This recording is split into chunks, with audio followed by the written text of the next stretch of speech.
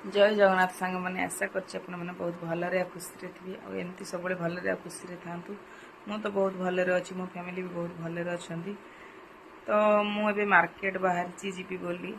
कहीं राखी आनियार अच्छी जेहेतु परदिन राखी पूर्णिमा तो राखी आनियार अच्छी तो से बाहर तो हजबैंड आसिले सांग होइकी जिबा एबे तो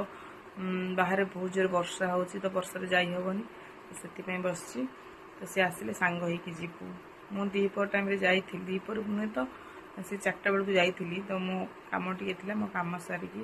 झील को ट्यूशन रे छाड़ी मु राखी नहीं कि आसते ही था एपटे मुझे देखिली मो पुओ को छाड़ी जापर घर झाड़ू करके जाई नथली घर काम भी थिला केते बाकी से गुड़ा सारी बोली जल्दी पलि आसिली तो राखी नहीं कि आसिलेनी तो तांको फोन मारली से कहले संध्यारे जीवा तबे से आसिले सांग होइकी जीवु आमे तबे मु बसची से आसिले आमे सांग होइकी जीवु तो सांग माने मु फास्ट टाइम ब्लॉग करिया चाहूँगी तो मो ब्लॉगटा केमती आपण मानक लागिला तो आपण निहाती कमेंट जनइबे तो मो फास्ट टाइम जेहेतु